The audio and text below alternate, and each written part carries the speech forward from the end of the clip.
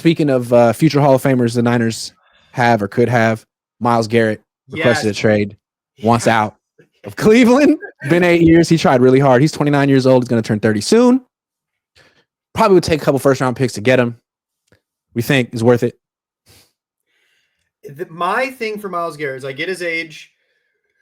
I get he has a little bit of an injury history, but he plays every position on the line. He plays left. He plays on the right. He plays nose tackle. He plays everything. He can play every position on the line. In my opinion, this is the perfect player for Saleh and the Niners. If someone goes down, Myles Garrett can fill the hole. So, yes, you'd still need to sign people or draft people, which would be hard. But in my opinion, if for the 11th pick in the draft, I can pick Myles Garrett, I'm picking Myles Garrett. That's kind and like you can still, there's still all the rest of your draft picks in rounds 2 through 7, and you can trade down and get more picks. You can always do that. Plus, I mean, John sucks in the first round. That's what I wanted to say. Like who cares? Like you have the 11th pick, you are absolutely capable of drafting someone who's terrible. Yeah. You've done it before. We've done it more often. We've done it before. Not. I mean, instead of wasting that, and even if you hit on that pick, he's not going to be as good as Myles Garrett. He won't be. Unless you get Abdul Carter somehow. Yeah. I mean, even Abdul Carter, Myles Garrett's the best edge rusher I've seen come out of college football in a very, very long time. He's definitely if John Bosa, but yeah. I mean, if his career ended today, he'd be a Hall of Famer, in my opinion. I mean, he's been a first-team All-Pro four times in his 20s, in 4 of the last 5 years. And my biggest thing with him that the Niners need so badly is he is the king of consistency. He is always getting it done. No matter how bad the Browns are, you go down his stat sheet, and it's like constantly 15 to 18 sacks. He's getting his tackles. He's getting his pressures. He's getting his hurries. Like, he is always getting his, which you like. Yes, Nick, he has excuses to be made for him. He is not even close to as consistent as Myles Garrett. Yeah, what are Nick's excuses? That he doesn't have a ton of talent around him on his defensive line? Does Garrett?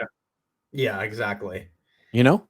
So, I don't know. It just seems like if you don't get him again, like we were talking about with T. Higgins, if you don't get Myles Garrett, are you cool with the Lions getting him or the Commanders getting him? Because those teams will be interested. Yeah, in my opinion, and again, I would be cool if their asking price, because the Browns have reportedly not want to trade him. If their asking price 2 firsts, 2 seconds, I would be cool if John was like, yeah, bro, I'm not doing all that. But if it's if I see someone get him for a first and a third, I would be pissed. I'd be like, we really couldn't offer that.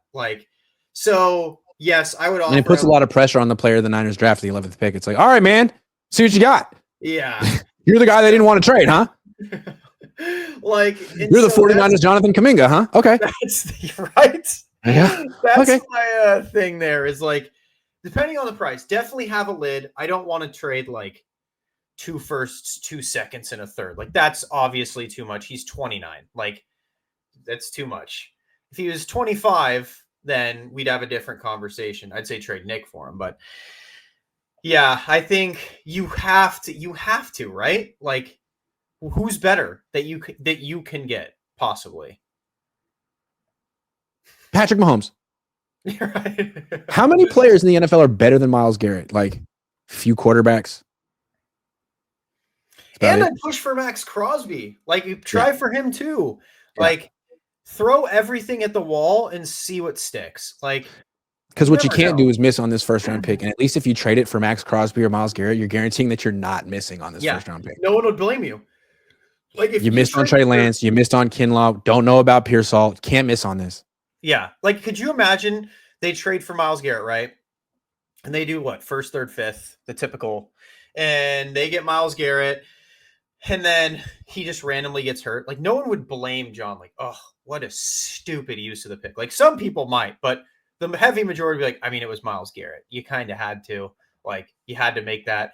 But here's another thing I think the Niners could use to negotiate not giving everything is apparently the rumor is he's going to want to sign an extension off of his contract. Yeah, I would imagine. Because just like Trent Williams last year, no guaranteed money left on the deal. I'd like to get a little more cash, please, and security.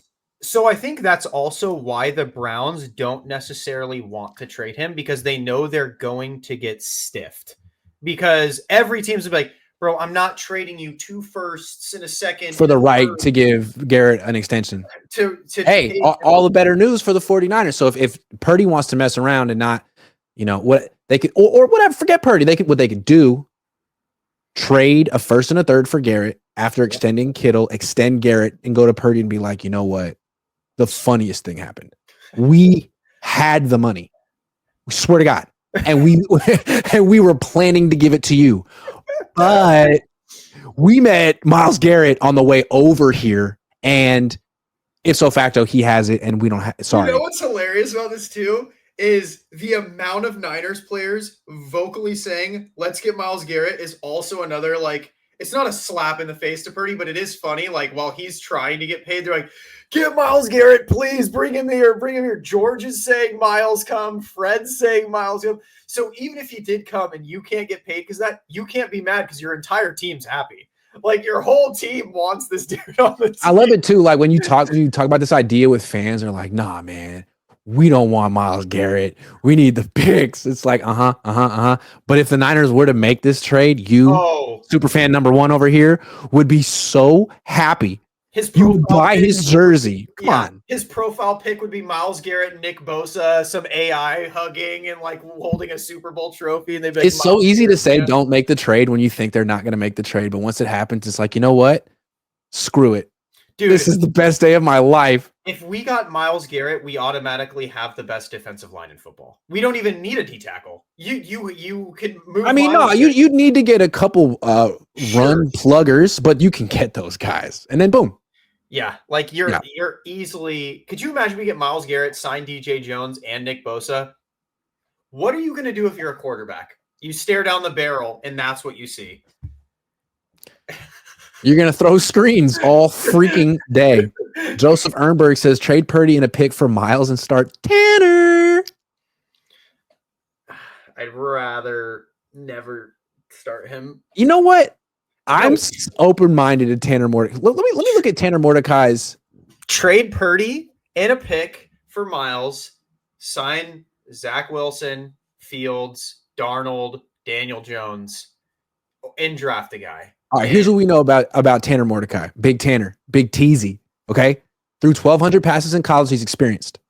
Went to 3 different schools, okay? He completed 66% of his passes in college, so he's relatively accurate, or at least he can complete a high enough percentage of his passes, okay? Mm-hmm.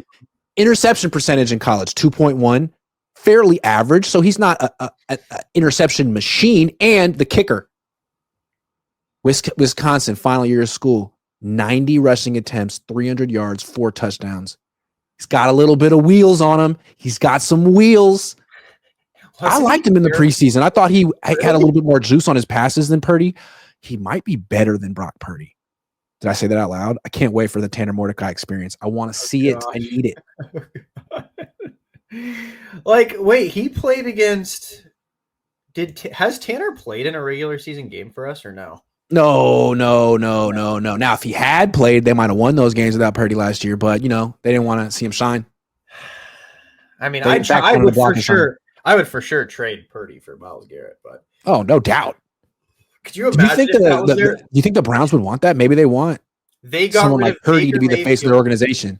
They got rid of Baker Mayfield for Deshaun Watson, a fully guaranteed in the middle of a 60+ sexual assault case. I think nothing is off the table when it comes to the Browns. That is true. I think their decision-making process is dubious at best. Yeah, I think they'd consider Purdy for Myles straight up. They'd actually think about it at some point.